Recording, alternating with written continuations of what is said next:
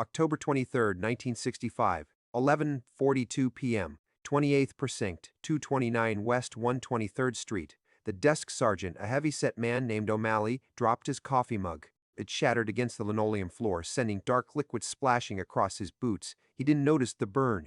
He was too busy staring at the man who had just walked through the double doors. Ellsworth Bumpy Johnson stood in the center of the precinct lobby. He wasn't in handcuffs. He wasn't being dragged by detectives. He was wearing a pristine cashmere coat, leaning casually on his silver-tipped cane, looking like he owned the building. "I'm here to surrender," Bumpy announced, his voice echoing off the peeling green walls. O'Malley stammered, reaching for the phone. "Surrender for what, Johnson? We don't have a warrant out for you." "You will," Bumpy replied, checking his gold pocket watch. "In about 5 minutes, a dead body is going to be found in the alley behind the Palm Cafe. I'm saving you the trip." The station went dead silent. 30 officers stopped typing reports. The air turned electric. Bumpy Johnson, the king of Harlem, had just walked into the lion's den and locked the door from the inside. He wasn't fleeing a crime scene. He was creating an alibi so airtight it would suffocate the entire New York legal system. 2 weeks earlier, Ellsworth Bumpy Johnson was a man who understood that power was a fluid concept. By 1965, he had returned from Alcatraz to find a Harlem that was more volatile than ever. The old rules were eroding. The Italian families were pushing harder, corrupt cops were raising their protection rates, and young, reckless dealers were shooting up the streets without permission. Bumpy was the dam holding back a flood of anarchy. He operated from the shadows of the Lenox Lounge, moving chess pieces with a mind sharpened by a decade of prison study. He wasn't just a gangster, he was a stabilizer. The political climate in Harlem was a tinderbox. The riots of 1964 were fresh in everyone's memory. The NYPD was viewed not as protectors, but as an occupying army. Tension between the community and the 28th Precinct was at a boiling point. Every arrest was a potential riot. Every traffic stop was a spark. The police needed order, and ironically, Bumpy Johnson was the only man who could provide it. But the police brass didn't see it that way. They saw a target. The stakes were personal. A rogue detective unit, known as the Red Squad, had decided that Bumpy was too comfortable. They weren't interested in arrests. They were interested in erasure. They had been intercepting Bumpy's runners, planting evidence, and sending clear messages that Bumpy's license to operate had expired.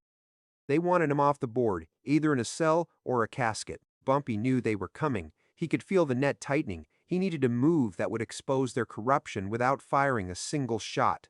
The face of this threat was Lieutenant Detective Frank the Butcher Boyle. Boyle was a relic of the old, brutal style of policing, a man who believed due process was an obstacle to be kicked down. He ran the Red Squad like a personal hit squad. He was known for elevator rides, where suspects entered the ground floor healthy and arrived at the booking desk with broken ribs. Boyle wanted Bumpy's territory, not for the law, but for his own pocket. He had cut a side deal with a rival faction of the Genovese family to clear Bumpy out of the way, allowing the Italians to flood Harlem with low-grade heroin without Bumpy's restrictions. Boyle was motivated by greed and a deep-seated racial animosity. He hated that a black man walked 125th Street with more authority than he had with a badge. Boyle was dangerous because he had the power of the state behind him. In the last month alone, his squad had disappeared 2 of Bumpy's top lieutenants. Their bodies were never found, but their cars were discovered burned out in the Bronx. Boyle had resources, unmarked cars, wiretaps, and a stack of blank warrants signed by a corrupt judge. The direct threat came on a Tuesday night. Boyle walked into the Flash Inn, interrupted Bumpy's dinner, and placed a single .38 caliber bullet on the tablecloth. "Friday," Boyle whispered. "You leave town, or we carry you out." It was an execution date, October 23, 1965, 11:30 p.m. Boyle's plan was simple and brutal. He had set up a meeting behind the Palm Cafe between one of Bumpy's associates and an undercover officer posing as a buyer. The plan was to ambush the associate, kill him, plant a gun registered to Bumpy, and then storm Bumpy's apartment claiming he ordered the hit. It was a frame-up designed to look like a drug deal gone wrong. The night was cold and wet. A steady drizzle turned the neon whites of 125th Street into blurry streaks of red and blue. The alley behind the Palm Cafe smelled of rotting garbage and wet cardboard. Shadows lengthened. Boyle and 3 of his men sat in an unmarked sedan across the street, watching, waiting for the trap to spring. Meanwhile, inside the 28th precinct, the atmosphere is chaotic. At 11:45 p.m., Bumpy was sitting on a wooden bench near the booking desk. He refused to leave. "You can't just sit here," Sergeant O'Malley yelled, his face turning purple. "We're not booking you." "Get out. I feel unsafe," Bumpy said calmly, lighting a cigar. The smoke drifted up to the fluorescent lights. "As a tax-paying citizen, I am requesting asylum in this precinct until morning." The sensory details of the station were overwhelming. The clatter of typewriters clack-clack-ding, the smell of stale coffee and floor wax, the harsh, buzzing lights. Dozens of officers stopped to stare. The King of Harlem was staging a sit-in. "Throw him out," a captain shouted from his office. Two burly officers grabbed Bumpy's arms. Bumpy didn't fight. He went limp. "Police brutality," he shouted, his voice projecting to the reporters who had conveniently just walked in the front door.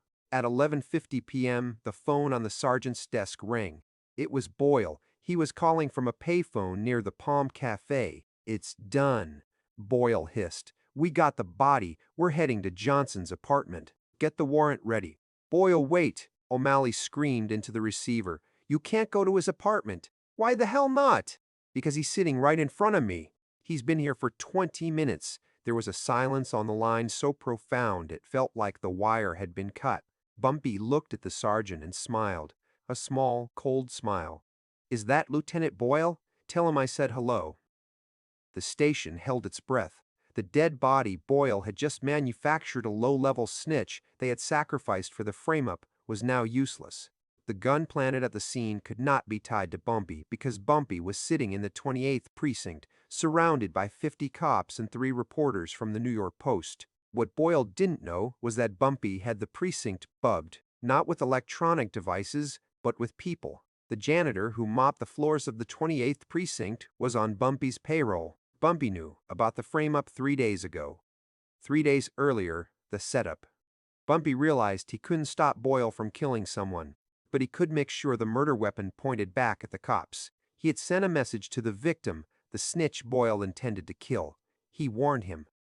The snitch didn't show up. Instead, Bumpy sent a mannequin, yes, a mannequin, dressed in a trench coat and hat, propped up in the shadows of the alley. When Boyle's men opened fire at 11:48 p.m., they riddled the department store dummy with bullets. But here was the real twist. Bumpy had arranged for a private photographer to be on the fire escape above the alley. As Boyle's men walked up to the body to plant the gun, the flashbulbs popped. Pop. Pop. Pop. Back at the station, Bumpy checked his watch. 12:00 a.m., Sergeant, Bumpy said, standing up. "I think the danger is past. But before I go, you might want to answer that phone again." The phone rang. It wasn't Boyle. It was the commissioner. "Johnson," the commissioner barked. "Why do I have photos on my desk of my detectives shooting a dummy behind the Palm Cafe?" Bumpy's move wasn't just an alibi. It was a mirror. He walked over to the desk sergeant. He reached into his pocket. The cops flinched, hands going to their holsters. Bumpy pulled out a roll of quarters. "For the coffee I made you drop," he said, placing the coins on the desk. "I hate to be a nuisance." He had used their own station house as a shield. He had forced them to be his witnesses. October 24th, 1965, 12:15 a.m. Bumpy Johnson walked out of the 28th precinct into the cool night air. The reporters followed him, shouting questions. "Mr. Johnson, Mr. Johnson, Mr. Johnson, why were you in the station?" "Civic duty," Bumpy said, tipping his hat, "just checking on the efficiency of our boys in blue." Lieutenant Boyle returned to the precinct 20 minutes later. He looked like a man who had seen a ghost. He was pale, shaking, and stripped of his arrogance. The photos taken from the fire escape were already circulating. The Red Squad was disbanded by morning. Boyle was transferred to a desk job in Staten Island, the Siberia of the NYPD, pending an internal investigation. The ripple effects were immediate. The corrupt officers in the precinct realized that Bumpy wasn't just a thug they could frame. He was a tactician who could destroy their careers without breaking the law. The harassment stopped. The tax they tried to levy on his operations vanished. Bumpy's position was cemented. He went back to the Lenox Lounge, sat in his booth, and ordered a chicken sandwich. The message to the streets and the police was clear. You cannot trap a man who built the maze. He had turned the safest place for the police, their own headquarters, into a trap for their corruption. This incident is legendary because it inverted the power dynamic of the Jim Crow-era legal system. Usually, a black man walking into a police station in 1965 was walking into danger. Bumpy turned the station into a sanctuary by weaponizing the bureaucracy against itself. It reveals Bumpy's genius. He understood that the police feared public embarrassment more than they feared crime. By bringing the press and creating an undeniable public record of his location, he paralyzed their illegal operations. The universal lesson is timeless. Transparency is the best defense against corruption. When your enemy relies on shadows, drag them into the light. Bumpy didn't need a gun. He needed a clock and a witness. If this story showed you why Bumpy Johnson was the smartest operator in New York history, hit that subscribe button. We're unearthing the real stories of Harlem every single week. Drop a like if you respect the move. Comment below, what would you have done if you were the desk sergeant? Next week, we cover the time Bumpy Johnson fought off a kidnapping attempt with nothing but a pool cue. You don't want to miss it.